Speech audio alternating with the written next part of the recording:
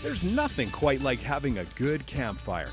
The smell is comforting, the warmth inviting, and it's a great place to enjoy a summer night with friends. When all is said and done, many might consider it easier to extinguish campfires rather than to start them, but the evidence might suggest otherwise, especially in the backcountry.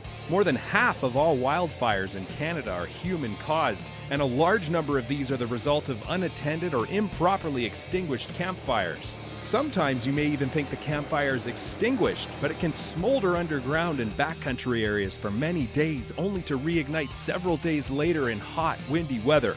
For this reason, it is the safest bet to try to use established fire pits or rings, which also minimize environmental impact.